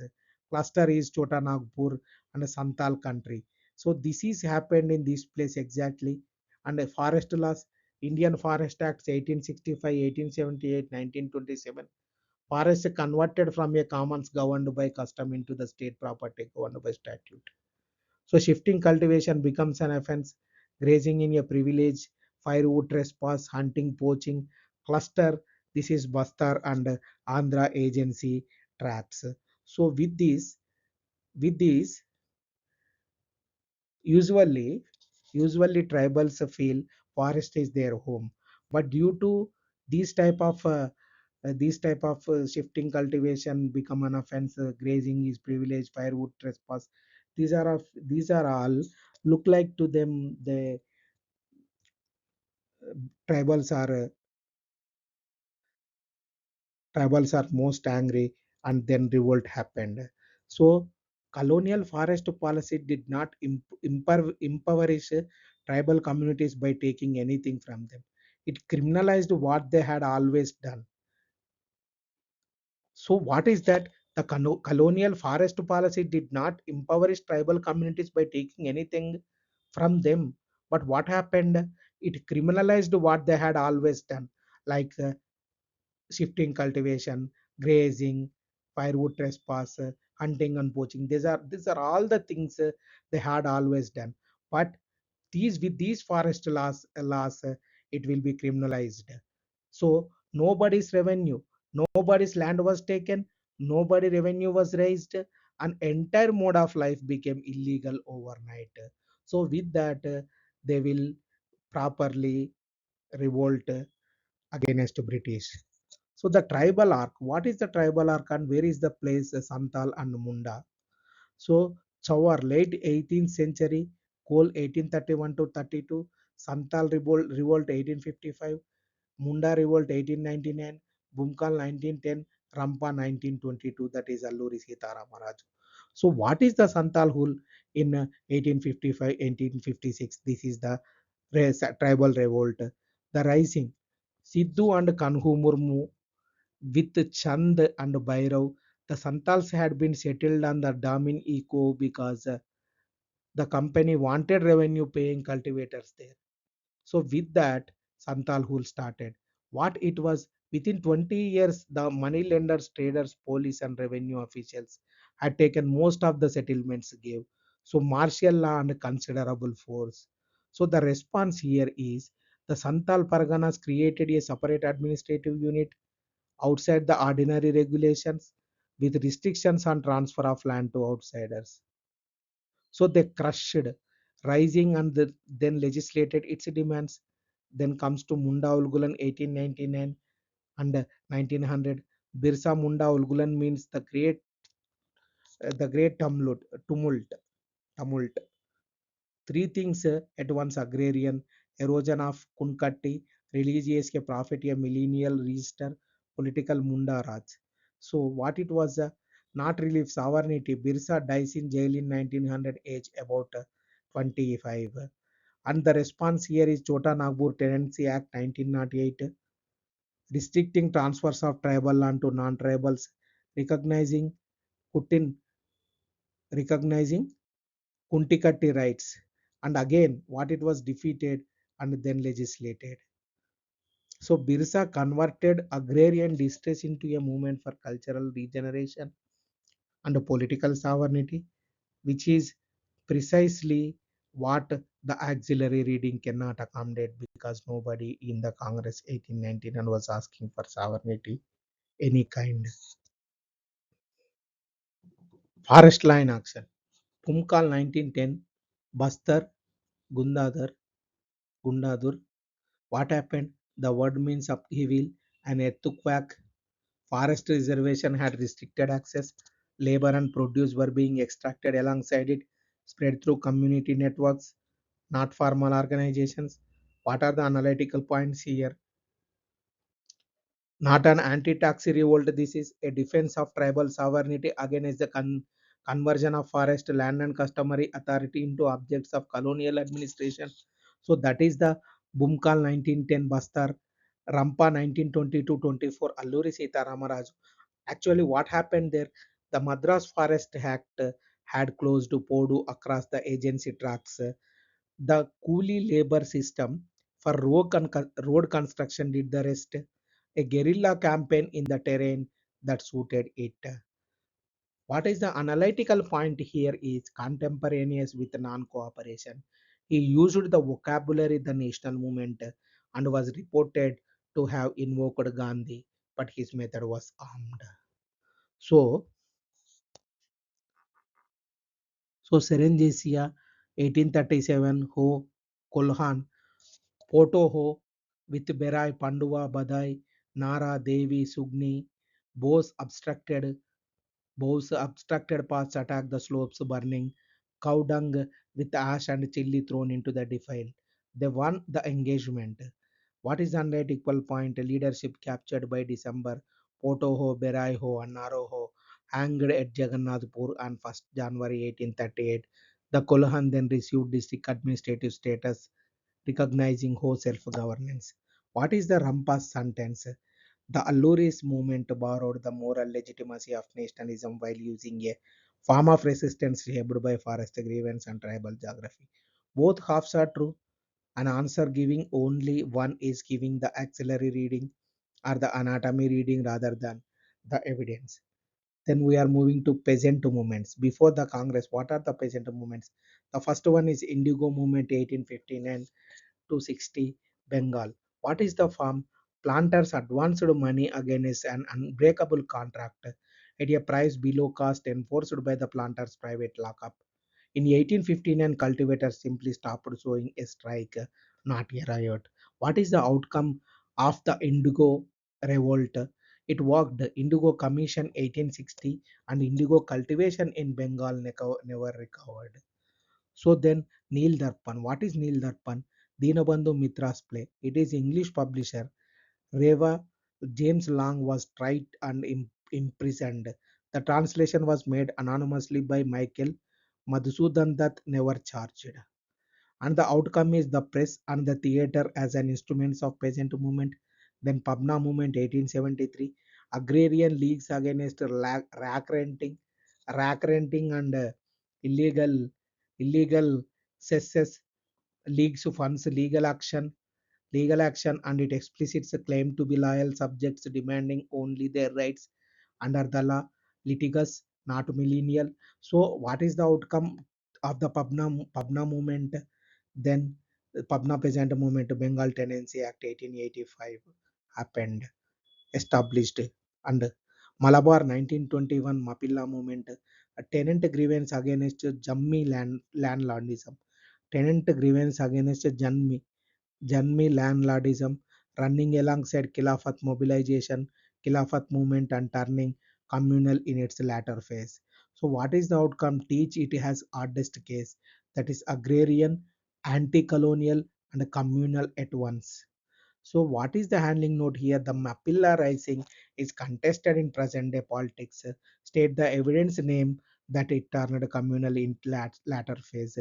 Do not adjudicate from the chair and refuse live questions on it. So then, when the streams meet water and where they break in 1918 to 1920, Kisan Sabha, UP Kisan Sabha 1918, Abad Kisan Sabha 1920, and Baba Ramchandra, the Eka movement in 1821 and 22, comes to 1936, All India Kisan Sabha founded at Lucknow with Sahajananda Saraswati pressing its agenda into Congress manifesto.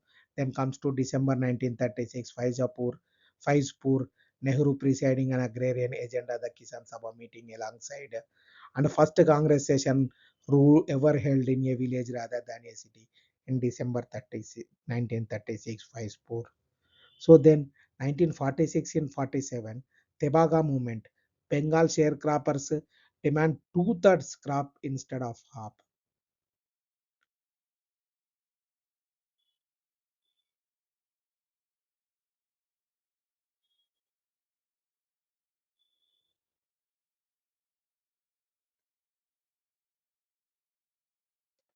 So 1946, 1947, Tebaga Bengal movement.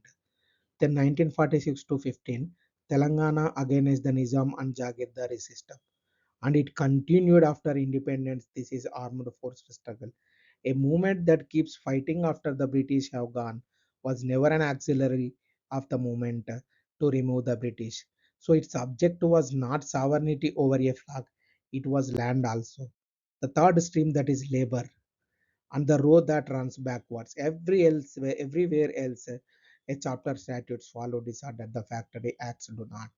So what did not happen? Indian labor did not win the Factory Act of 1881.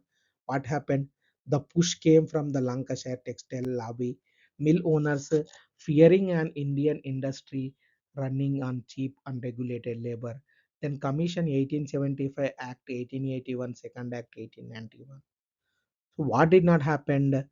The first act 1881 precedes the first workers organization Bombay Mill Hands Association NM Lokande 1884 by 3 years.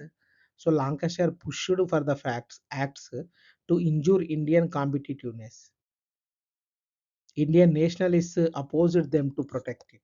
So the early nationalists opposed those acts. They distinguished Indian owned British owned mills, fear damage to Indian competitiveness, and judged a class question would divide the movement.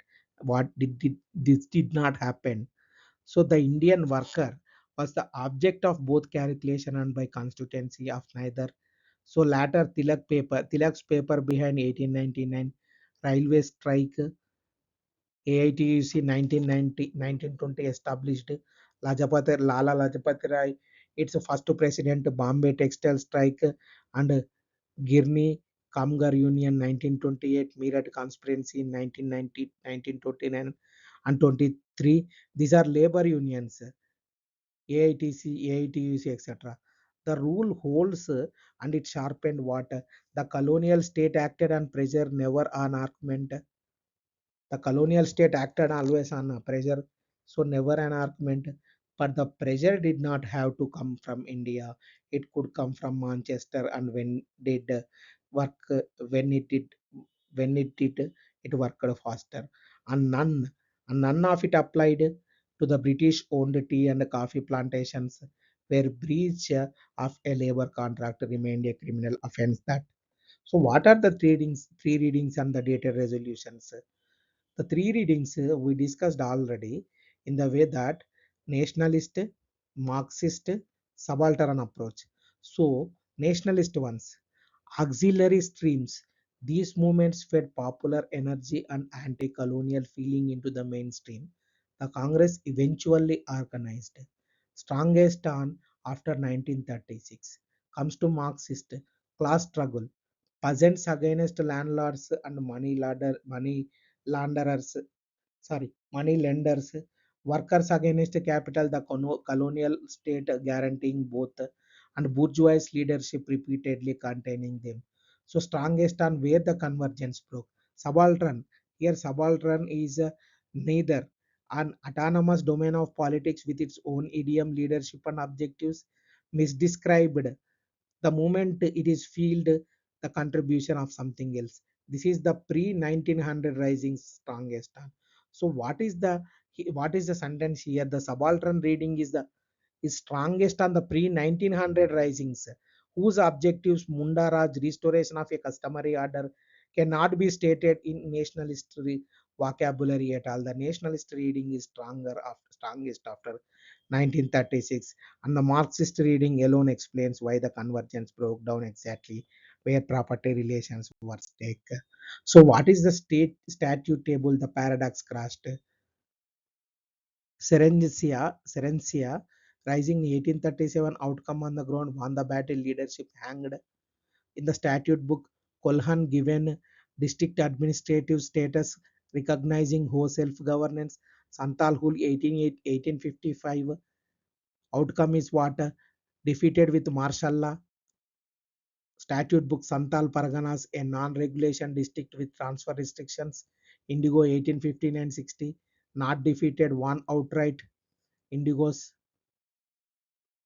So Indigo Commission 1816 Statute Book, Pabna 1873, contained Bengal Tenancy Act 1885, Deccan 1875, defeated Deccan Agriculturers Relief Act 1879, Munda Ulgulan 1899, defeated Bursa Unda in custody, Bursa dies in custody, and Chota Nagpur Tenancy Act 1908, Bhumkal 1910, defeated, no statute as far as Bhumkal 1910 is one concerned. Rampa 1922-24, defeated, Alluri killed. Indian Forest Act 1927, a consolidation, not a concession. Then Milhans 1880s, Factory Acts 1881 and 1891, and that row runs backwards. The two forest rows are the exception that sharpens the rule, where the state wanted revenue. When the state wanted revenue, it could buy quite by adjusting who owned what, where it wanted forest itself. That was there was nothing to concede without giving the asset, which is why the forest question was still open in 1947, is in the fifth and sixth schedule as being litigated now. Then we are moving to the sixth chapter, that is and the end of volume 2a. This is that is moderates and the early congress in 1885 1905, the one topic where the standard coaching answer and the standard academic answer point in opposite directions. What is the governing paradox here? The moderates failed at every demand they made and succeeded at the one thing they never asked for. They built a nation scale political vocabulary, and their critics then used it against them. The moderates sowing seeds for nationalist revolution. The verdict problem here is inherited verdict is the political mendicants beggars in frock coats, but the historiographical verdict is the necessary first phase. This is petitions and empire that was never going to listen until Tilak and extremists showed them how it was actually done. So you cannot have a mass movement before you have a nation. Somebody had built the idea.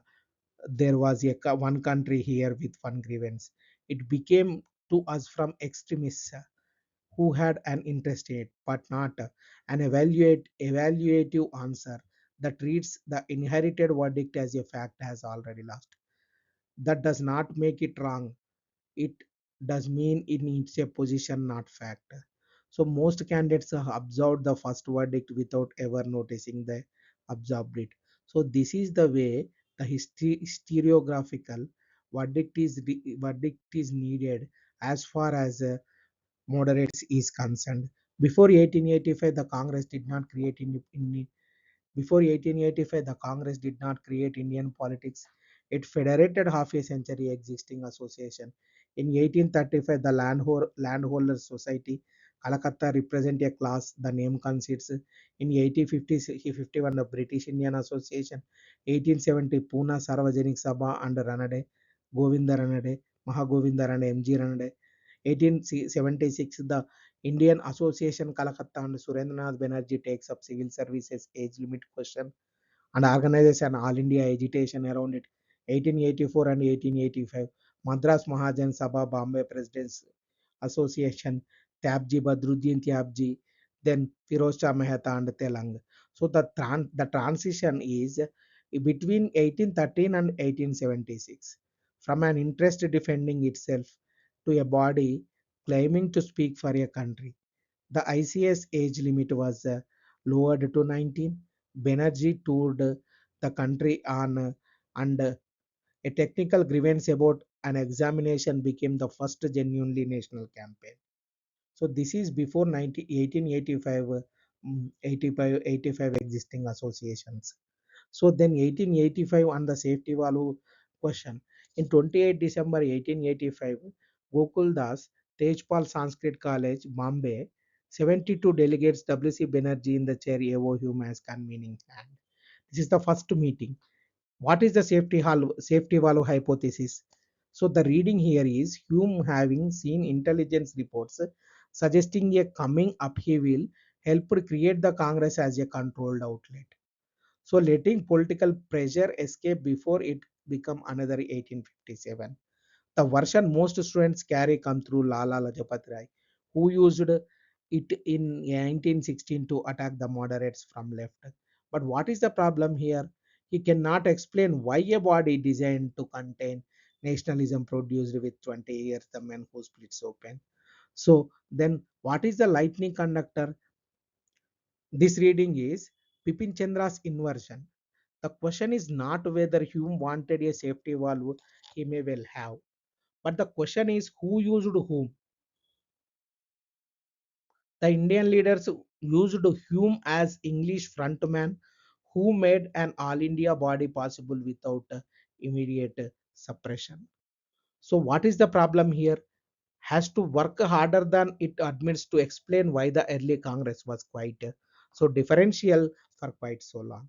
So, what is the sentence here is whatever Hume's intentions, the significance question is not why the Congress was founded, but what it is what it was used for, and within a generation, an organization that may have been designed as a safety valve had become the institutional spine of national movement. So this is all regarding the safety valve hypothesis and lightning conductor. So then we are moving to next what they actually asked for 4 blocks, not 20 demands.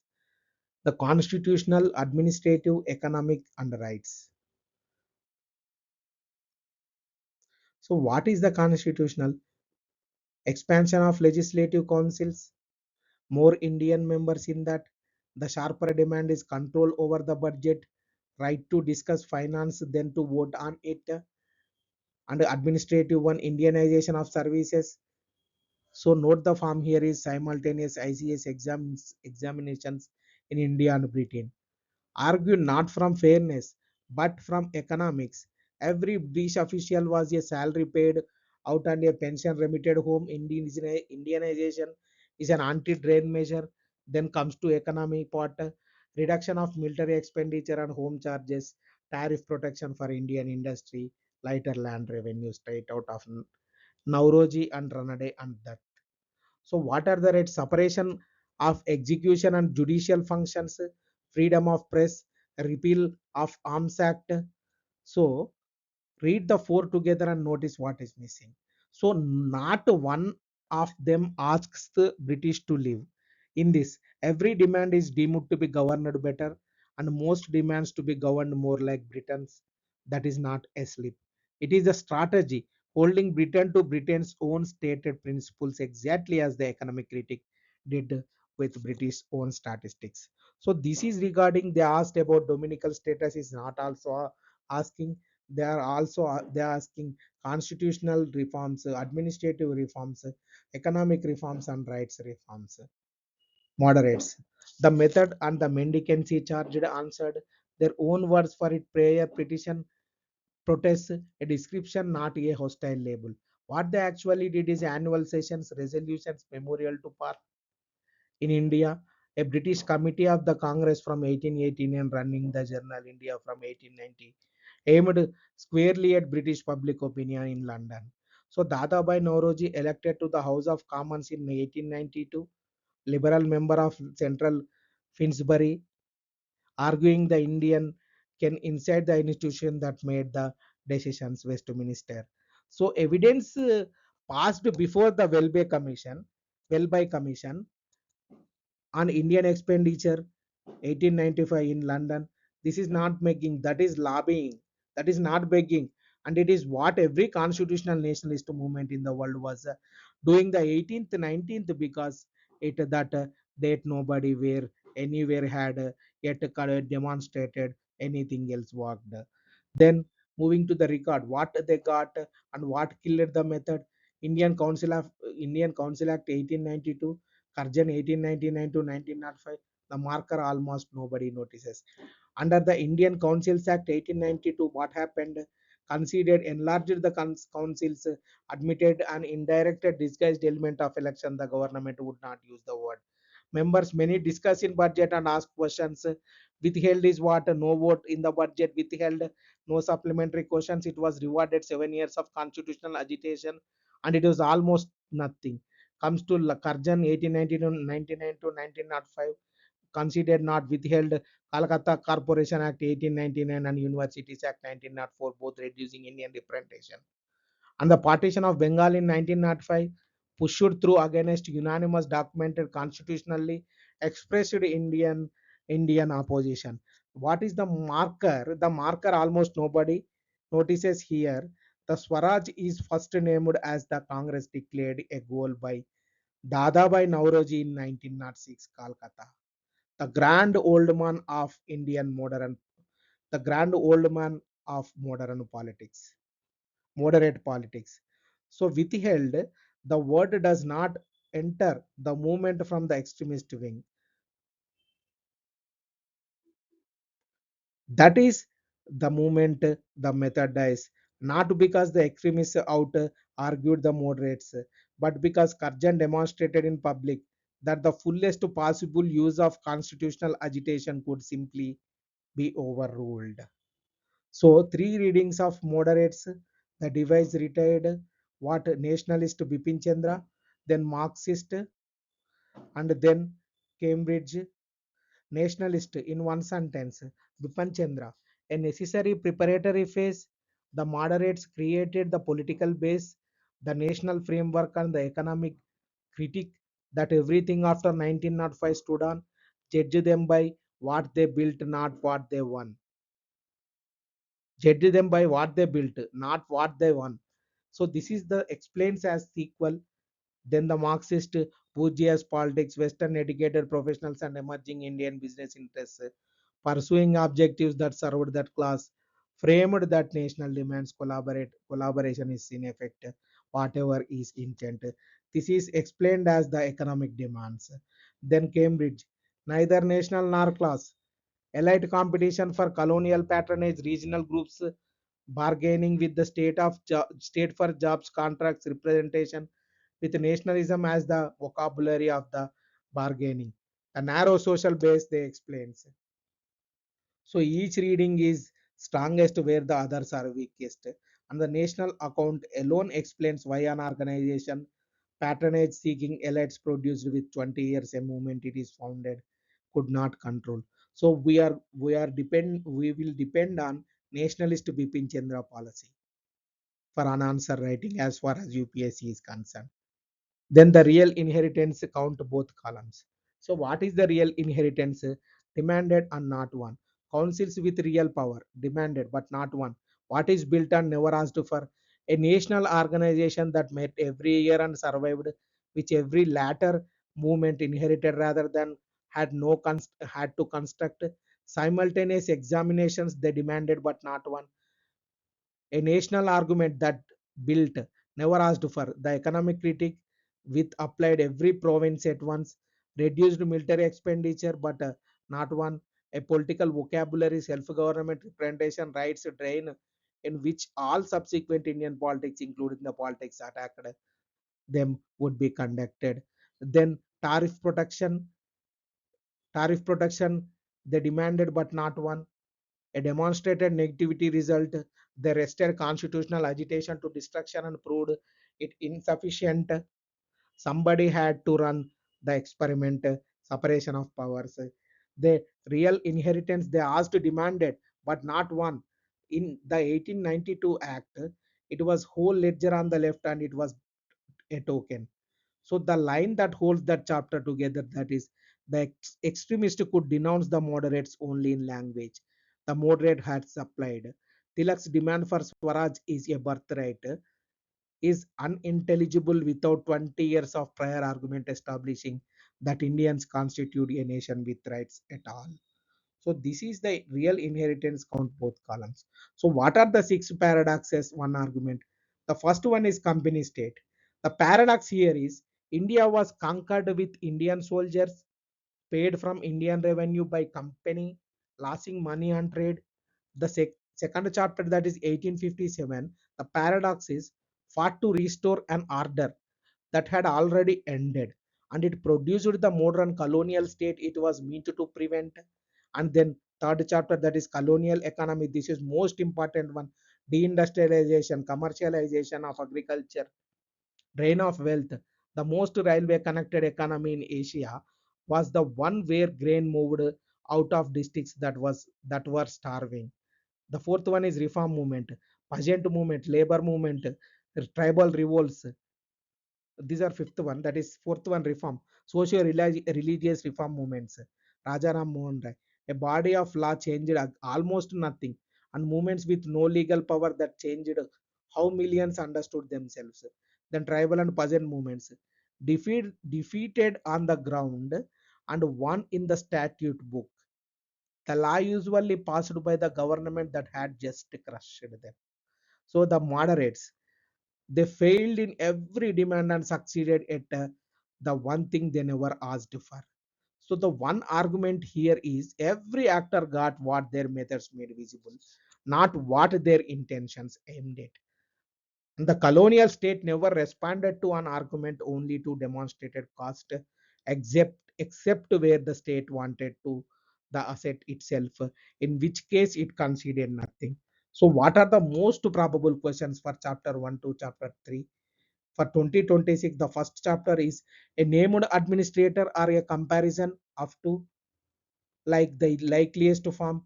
The sequence is the answer, and the Dalhousie reading, the modernization was the annexation is the separator. Then another question is the revenue settlements and their consequences. Write the identity before the differences. How the company became a state. This is under asked, and this chapter answers is completely. And early resistance before 1857, the character of the revolt, why it failed, consequences of 1857 in nationalist memory, and the drain. This is most important one, drain. And deindustrialization, famine and colonial policy, railways and infrastructure, boon or instrument, And then moving to modernizing or revivalistic, a named anti-caste figure and the limits of 19th century reform, a woman in social reform, pressure education as instruments of colonial policy and of nationalism. Then chapter 5th, tribal uprisings and simultaneously economic revolt, cultural assertion. The fifth one, the colonial forest policy and tribal resistance. And another one were peasant movements autonomous or auxiliary. This is one of the most different out of box question. Then labor in the national movement, more successful that they created that in what they demand. This is also the safety valve hypothesis, in some drop, in some dress, moderate and extremist compared, the economic critique as political method. This is a giant question of the economy chapter and alive because the papers like a hinge.